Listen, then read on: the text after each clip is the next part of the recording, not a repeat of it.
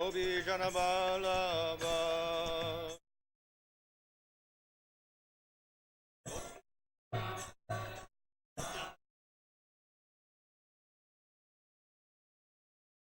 Odananda.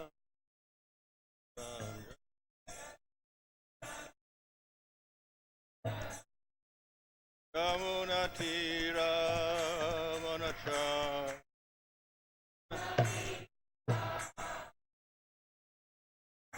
Jaya Radhama. Hari.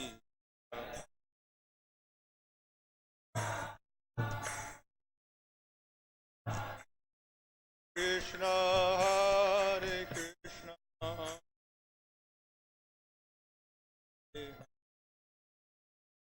Rama Hare Rama.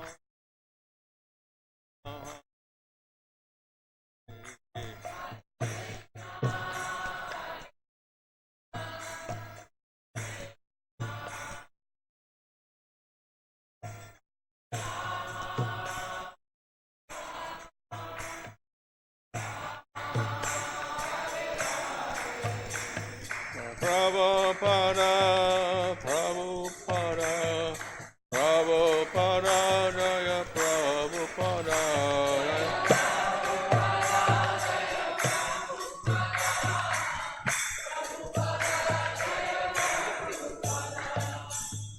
Jai Om Vishnu Paramat. Bhakti-Vedanta Swami. Jai. Namshar Haridas Thakur ki Jai. Param Sagaho Sri Krishna Chaitanya Prabhu Nityananda. Advaita Gadadhar Shri Gaur Bhaktivinoda ki Jai. Shri Radha Krishna Gopa Govida Shama Kunda Radha Kuda Giri Govardhan ki Jai. Vrindavan ki Jai. Navadhan ki Jai. Gang Shamuna Tulasi Bhakti Devi Jai. Ananda Koti Vaishnava Vrinda ki Jai. Samavetta Bhaktivinoda ki Jai. Gopram Nandi. All glories to the assembled devotees. All glories to the assembled devotees. All glories to the assembled devotees. All glories to Sri Guru and Sri Guranga. All glories to Sri Prabhu.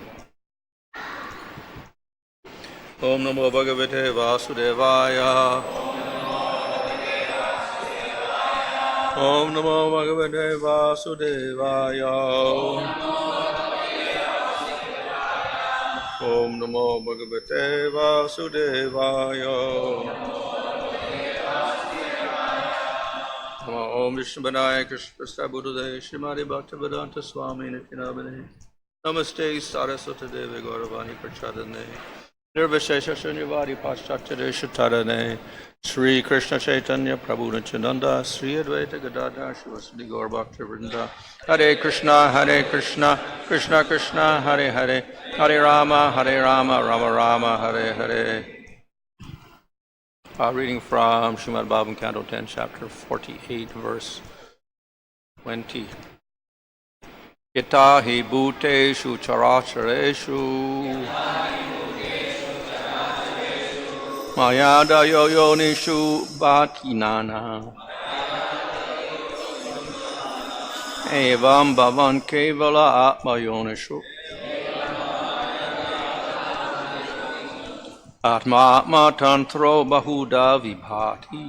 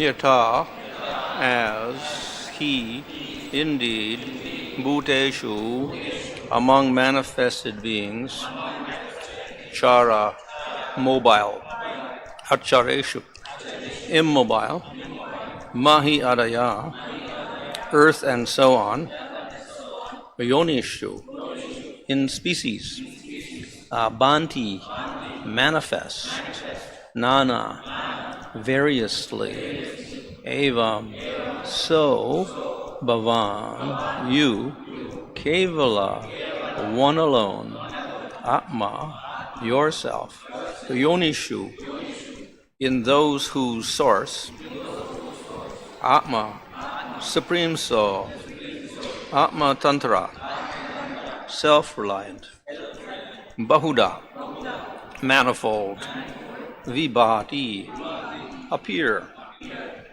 Translation, just as the primary elements, earth and so on, manifest themselves in abundant variety among all the species of mobile and immobile life, so you, the one independent Supreme Soul, appear to be manifold among the variegated objects of your creation.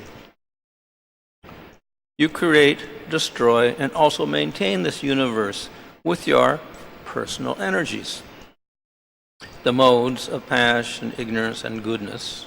Yet you are never entangled by these modes or the activities they generate. Since you are the original source of all knowledge, what could ever cause you to be bound by illusion? Purport, the phrase Gyanatmanas te kvacha bandha hetu, since you are constituted of knowledge, what could be a cause of bondage for you? Definitely indicates the obvious, that the omniscient Supreme God is never in illusion. Therefore, the impersonalistic theory that we are all God but have forgotten and are now in illusion is refuted here in the pages of Srimad Bhagavatam. What's that? So this continues Akrura's praise of Krishna. And as I explained the other day, generally this it's not unusual that the praise of the people of Dwarka or Mathura, the Yadus and others, will contain a lot of descriptions of Krishna as Supreme Lord. So they praise him for his position as the Supreme Lord.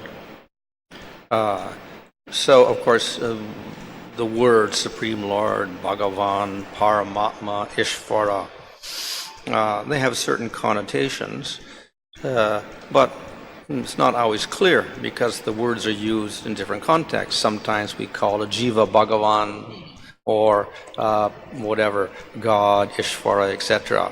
We have Ishvara, Maheshvara, Ishvareshvara, etc. So the terms get a little confusing. So when we want to talk about Supreme Lord, then it's better to also explain what those terms mean. So what does it mean when Krishna is actually the Supreme Lord? So therefore, there's a whole description of how, as the Supreme Lord, he is different from other living entities. So the previous verse talked about how he creates, maintains the material world, and he's different and non-different from it. So this verse continues in the same way, saying that just as the elements manifest themselves in all the moving and non-moving living entities, that means animals and plants, because all the bodies of the living entities are made out of elements.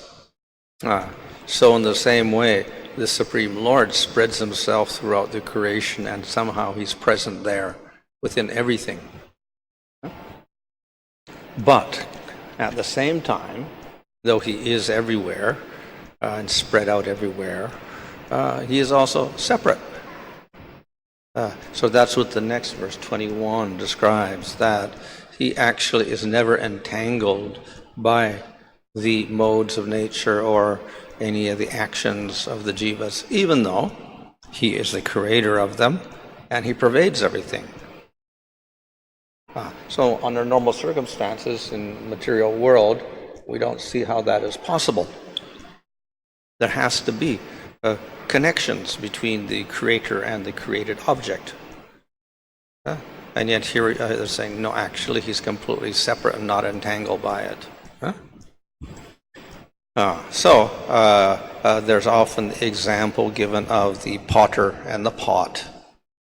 So a potter gets some clay and he has a wheel and he makes a pot. So what is the relationship between the potter and the pot? So obviously, by looking at the pot, we can infer about the potter. If it's made crooked, we say, okay, the potter was not a very good potter. And if it's done very nicely and smoothly and symmetrically, then we say, oh, he was a good potter. So by looking at the creation of the material world, then we can infer about Supreme Lord. But then the problem comes is, oh, there's faults in the material world, there's suffering, etc. So therefore, there must be fault in the Supreme Lord. So that's a common inference. If we see an imperfect material world, we have to blame God for that. Just as if we have an imperfect pot, we blame the potter. He made the pot, then it's got a crack in it, so he's responsible for it. So then once that happens, then we say, well, how can he be God if he has faults? If we have suffering in the material world and God did it, how can he be God? He can't be an all-perfect God if he makes such suffering in the material world. So therefore, the relationship between the Creator and the material world is an important one. We have to explain it somehow. Now, if we say, oh, well, okay, the Lord didn't create the material world, but then he's not the Supreme Lord anymore. Who created the material world? It went on by itself. Then what does the Lord do? Nothing. Well, then again, he's non-functional and he has no power. So when we talk about a Supreme Lord, then automatically we must somehow attribute him as being the creator of everything. Everything else is under his control. But then the problem comes. Then we get faults in the material world, so then we blame God for it. It becomes too related to the object of his creation. So this is a problem, a logical problem. And a lot of people ask this question. And because of they don't get a satisfactory answer, they often reject the idea of God. So this is, and it's not only in Indian philosophy, it's a world Christian philosophy also has the same problem they have to deal with. So it's a problem as long as we accept the Supreme Lord, then we got to explain everything here in the material world in terms of God, which is difficult to do because how do we explain suffering, etc. Of course, we don't blame God, then we have to separate it from. So then we have to explain why there is suffering in the material world if God didn't create it.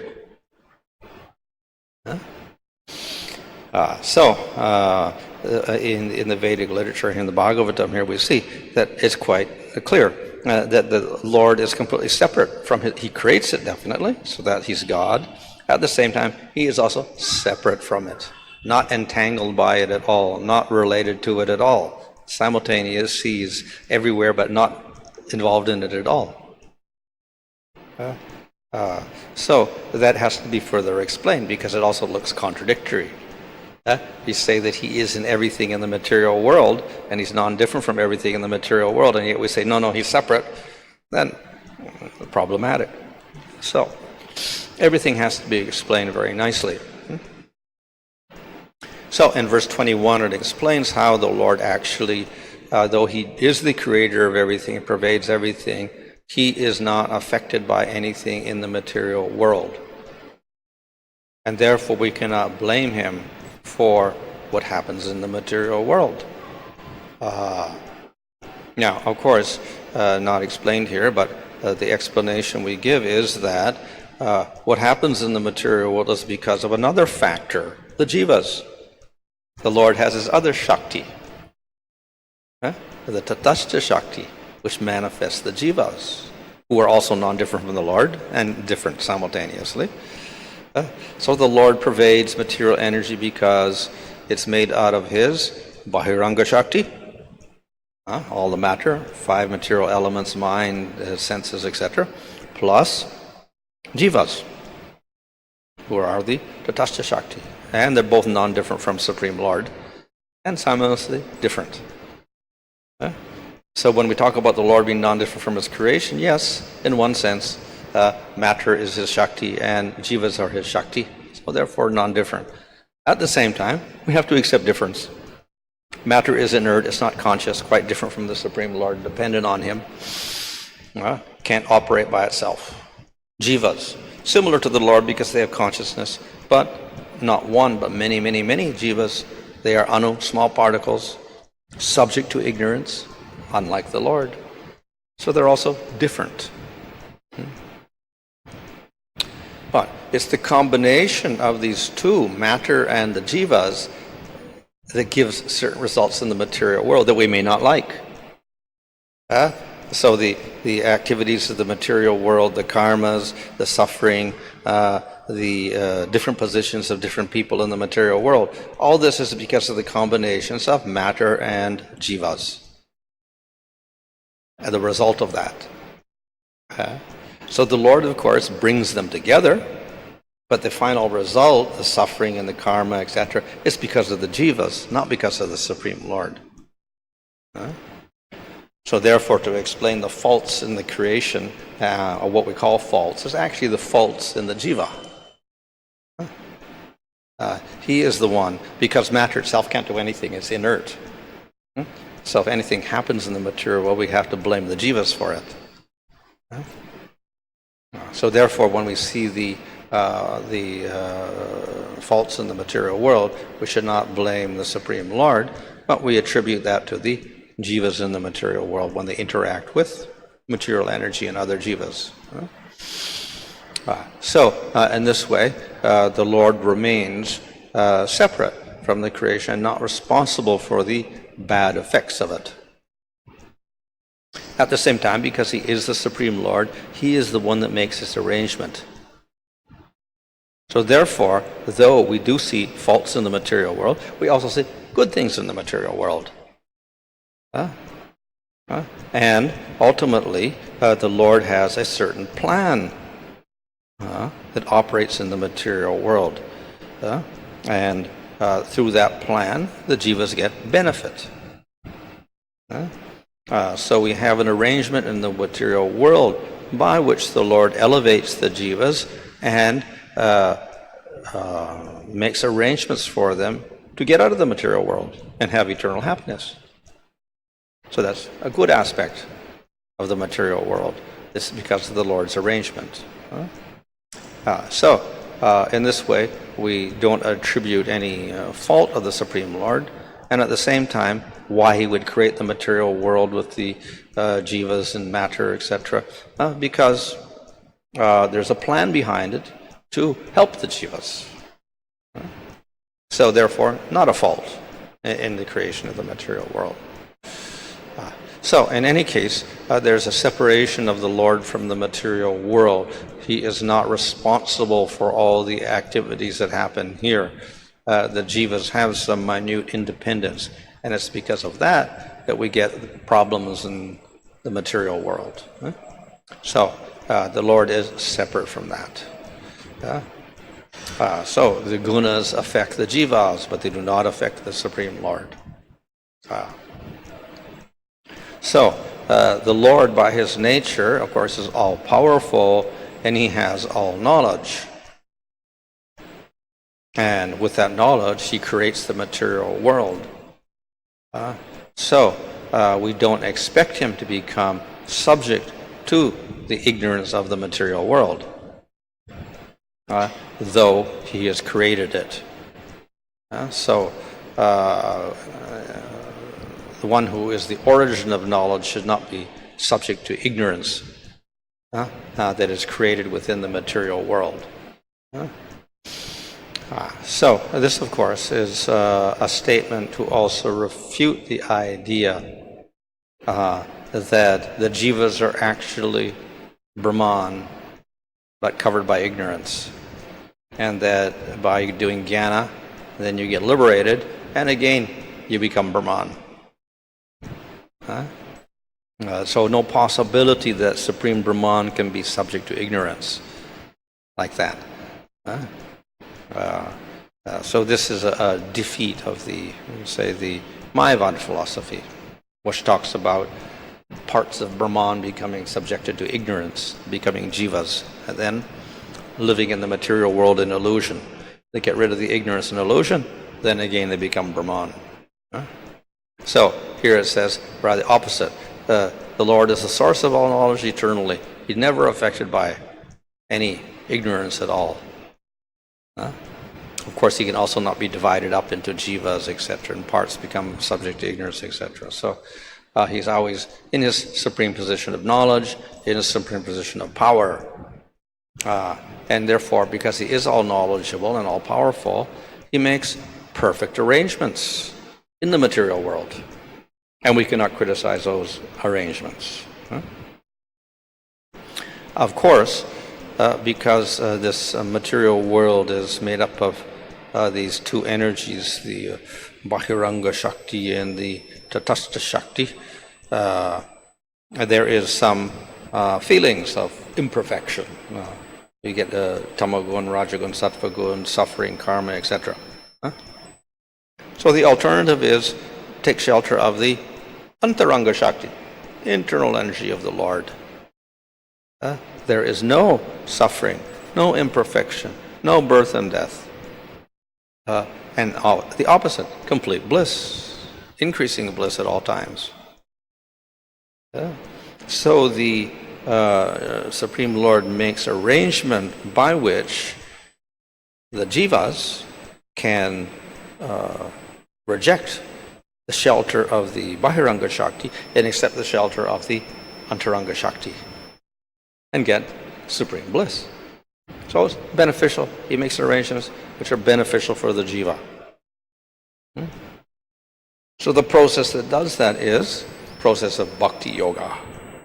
This is the process of taking the jiva away from material energy and putting him under the spiritual energy.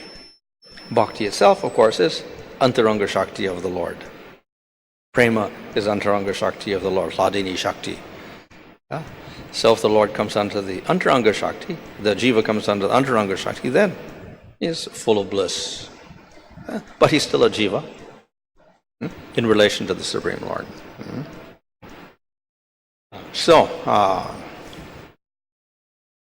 Akura here is glorifying the position of the Lord. He is Supreme Lord because he actually creates, maintains, destroys everything, and he is not subject to the faults of the material world. He's completely separated from it all time, not affected by anything, full of all power, full of all knowledge. So it's a very simple statement, but something that we have to accept if we're to accept the position of the Supreme Lord.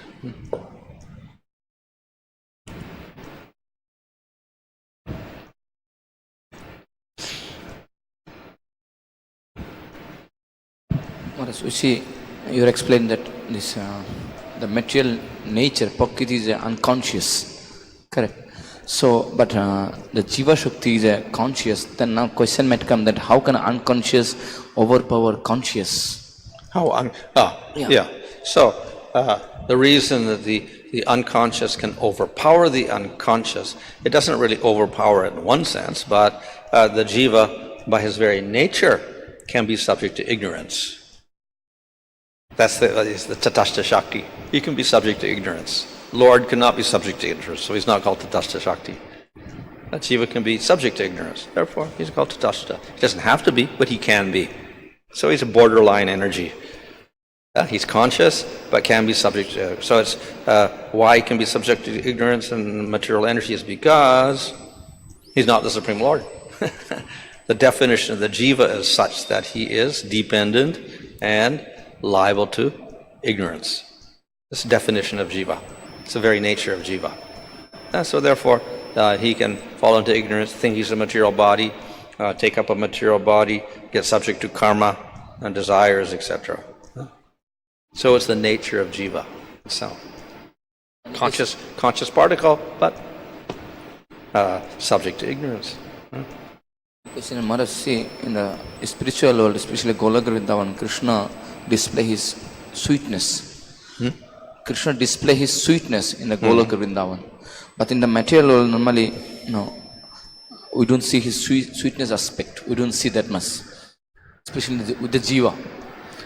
But can we say that because he doesn't directly relate with the material world, that's why we cannot experience the sweetness of Krishna in the material world? Normally, in the material world, normally creation, maintenance, destruction done by his energy. You can say. That's why we cannot see in the material world. This is sweetness. We get the reflection of sweetness in affectionate relationships in the material world. That's the extent you get sweetness in the material world. But it's this material rasa.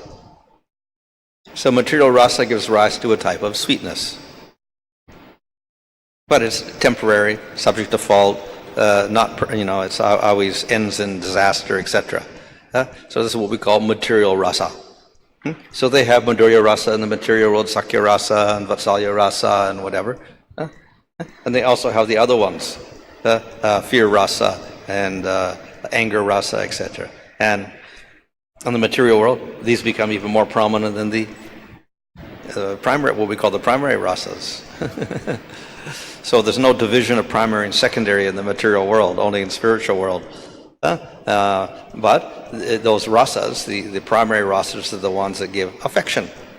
And that gives rise to some sort of feeling of sweetness or whatever we find in the material world.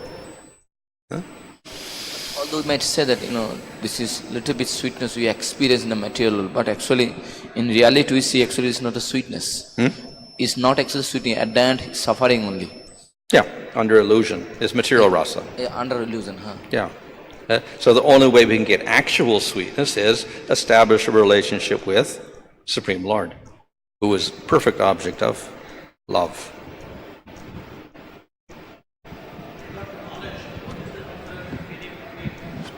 Pure devotee, or rather say Nitya Siddha and Krishna Maharaj. The difference, if any, of knowledge of a Nitya Siddha devotee and Krishna, the knowledge difference. Well, yes, a Nitya Siddha devotee or even a Sadhana Siddha devotee is not subject to ignorance anymore.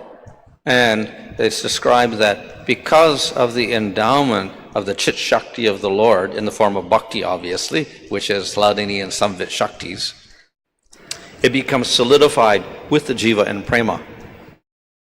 So it becomes eternally part of the Jiva at that point. So he has the Samvit Shakti, which is the knowledge Shakti within him. But it's different from the Supreme Lord because it's only a portion of his Shakti, a small portion. All the different jivas in the spiritual world will have a portion of that Shakti. But the origin of that is Supreme Lord himself, who has Hladini, Samvit, and Sandini Shaktis in him, Sarup Shakti.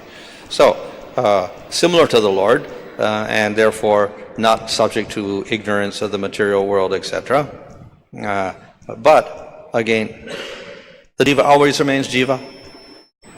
So he's always subservient to the Supreme Lord. He never surpasses that position. So the Lord, with his other Shaktis, like Yogamaya Shakti or whatever, he can limit the spiritual perception of the Jiva in the spiritual world for pastimes. The Jiva himself can't do that by himself. It's the will of the Lord that all this takes place. So that's the difference between the full knowledge of the Jiva in the spiritual world and that of the Supreme Lord. The Lord is in control, so he can limit that spiritual perception one way or the other. So we can say in the spiritual world, this is a type of ignorance, but it is there for a purpose of pastimes. Yeah, spiritual ignorance. You've been saying that many times that the siddhas, now the sadhana siddhas always there in material world, anadi. My question is that how come Nitya Siddha be there? Why is that the differentiation of Nitya Siddhas and Sadhana Siddhas? Jivas always in material world. How they can be Nitya Siddhas? Well, of course, you can always say, if you ask that question, then I have to assume that everybody started out in ignorance, and then some of them at one point in time went to the spiritual world. But then that implies that at one point the Lord was all sitting there by himself and there's now nobody there. Vaikuntha was empty, Goloka was empty. But that also is not possible. So the Lord is always with his devotees. So therefore those are the Nityasiddha devotees. He's always with his devotees in bliss in the spiritual world. He is full of Ananda. The Nanda is also eternal. So therefore there must always be devotees in that spiritual world to Why is that assist as Ananda. the partiality like that? Why they are there and why? It's not partiality, it's just that there's different types of jivas. Some jivas are in that position of always being with the Lord. Some don't like the Lord. It's just their nature. But the Lord has an arrangement by which their nature of not liking the Lord can change. And that's why we have different processes in the material world, karma yoga, jnana yoga, bhakti yoga, to help them change their attitude. So Maharaj, there is a different degree of knowledge of even Nityasiddhas or pure devotees. For the sake of pastimes, they are limited in certain aspects for the sake of pastimes. Yeah.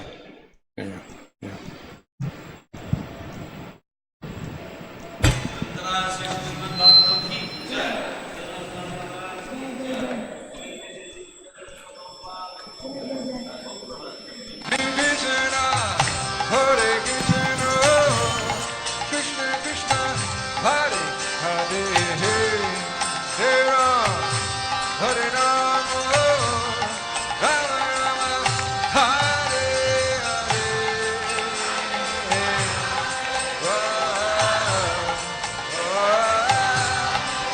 Kirtan.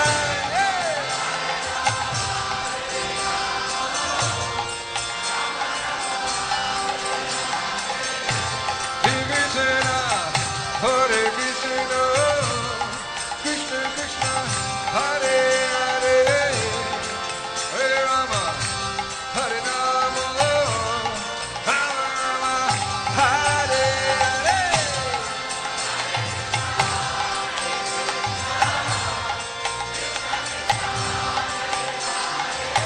Holy name, Sri Ram.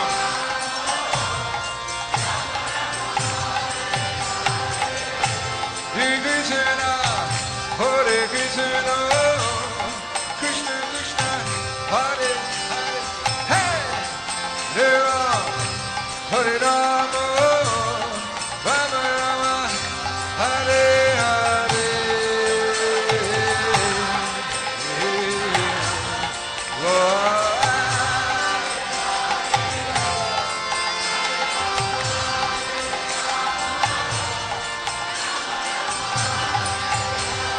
Hare Krishna, Krishna Krishna, Hare Hare, Hare Ram, Rama Rama, Hare Hare.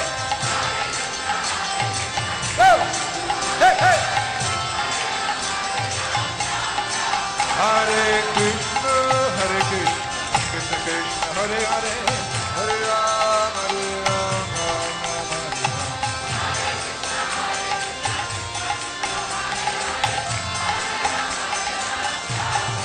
Hare Krishna, Krishna Krishna, Hare Hare, Hare Ram,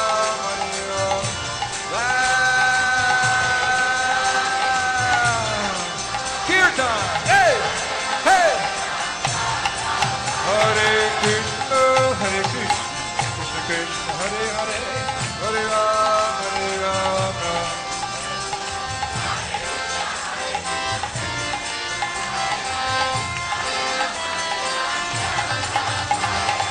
Krishna